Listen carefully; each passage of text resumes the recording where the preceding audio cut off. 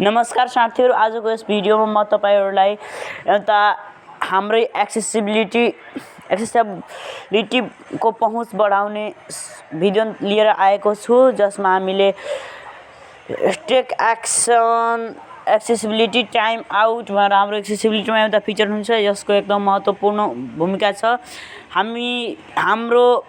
हामीले कहिलेकाहीँ आफ्नो नम्बरलाई व्हाट्सएप या टेलिग्राम आदि इत्यादिमा कहिलेकाहीँ भेरिफाई गर्दाखेरि एउटा पपअप आउँछ, मतलब एउटा भेरिफिकेसन कोड आउँछ जुन चाहिँ मेसेज बक्समा आउँछ, तर यो 10 सेकेन्डसम्मको लागि तपाईको स्क्रिनमा पनि पपअपमा हेराइएको हुन्छ, तर हामी ब्लाइन्डहरु स्क्रिनमा 10 सेकेन्डमा त स्वाइप गर्दा गर्दै पुग्दैनौं। त्यस कारणले गर्दा हामीले केही समय लागिहाल्छ हामीलाई।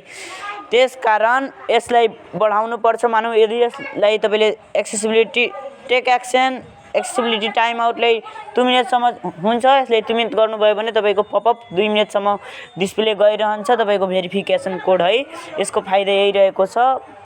वा तपाईले कहिलेकाहीँ भोल्युमको पनि पपअप खोल्नुहुन्छ, तर यसले मतलब पपअप हाइड हुनबाट मतलब 2 मिनेटसम्मलाई जोगाउँछ, यही हो खास यसको।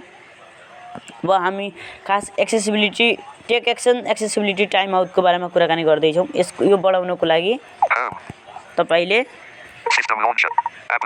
सेटिङमा जानु होला। सेटिङमा गएपछि sign in Wi-Fi Bluetooth other wireless notification display and home screen sound and search मा जानु होला। लेख्नु होला take action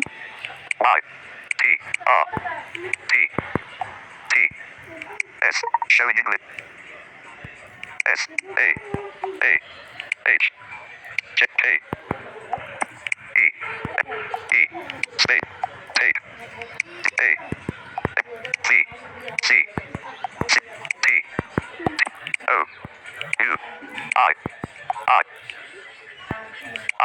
India O D N भयो take action. Time to take action additional settings greater than accessibility window settings. Time to take action भन्छ है। मलाई take action मात्र सुनेको थिए।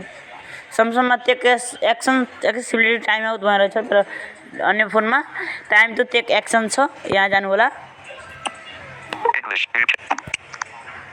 press back touch and hold press power button to end calls on switch 15 touch click when point to stop interact vibration audio and mono caption high down snap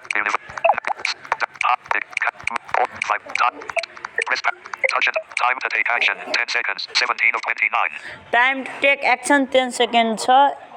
म अगाडि नै बताइसकेको छु, तर पनि एकचोटी म फेरि हजुरलाई विस्तारै बताउन चाहन्छु। यसले चाहिँ अब हाम्रो मोबाइलमा कहिलेकाहीँ भेरिफिकेसन कोड आउँछ हैन, त्यतिबेला के हुन्छ भन्दाखेरि त्यो कोड मेसेज बक्समा आउँछ, तर त्यति 10 सेकेन्डसम्म यसमा time out time to take एक्सनमा 10 सेकेन्ड हुँदा स्क्रिनमा 10 सेकेन्डसम्म तपाईको पपअपमा हेराउँछ। त्यसपछि त्यो हाइड हुन्छ, तर हामी ब्लाइन्डहरुलाई अलि गाह्रो हुन्छ त्यो 10 सेकेन्डमा उ गर्न। त्यसकारण यहाँ तपाईले यहाँ 2 मिनेटसम्म टाइम बढाएर गर्न सक्नुहुन्छ। त्यसपछि तपाईको भेरिफिकेसन कोड वाला पपअप 2 मिनेटसम्म तपाईको स्क्रिनमा रहनेछ र तपाईले भेरिफिकेसन कोडको लागि मेसेज बक्समा जानु पर्दैन। त्यही स्क्रिन बाटै टप राइट कर्नरमा छामेर 2 मिनेट भित्र तपाईले मेसेजको भेरिफिकेसन कोडलाई पिक गर्न सक्नुहुनेछ। ओके, यसको फाइदा यही छ।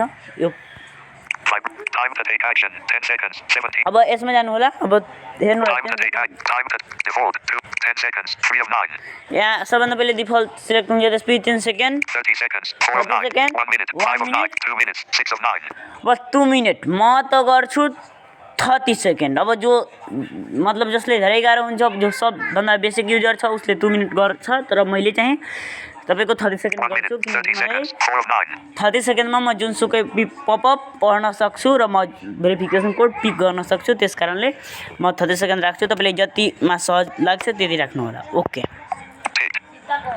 2 minutes. Choose how long to show messages that ask you to take action, but are visible only temporarily. Not all apps support this setting. 8 of 9. अब भनेको छ यो तपाईँले चुज गर्नुहोस् अनि यो टेम्पोरेरी काम गर्छ। यो यसले ग्यारेन्टी दिँदैन, लगभग सबैमा सपोर्ट गर्छ तर यसले ग्यारेन्टी दिँदैन कि सबै एपमा सपोर्ट गर्नै पर्छ भन्नु यसको चाहिँ छैन। आजको यस भिडियोमा म तपाईँहरूलाई यति नै बताउन चाहन्छु साथीहरू।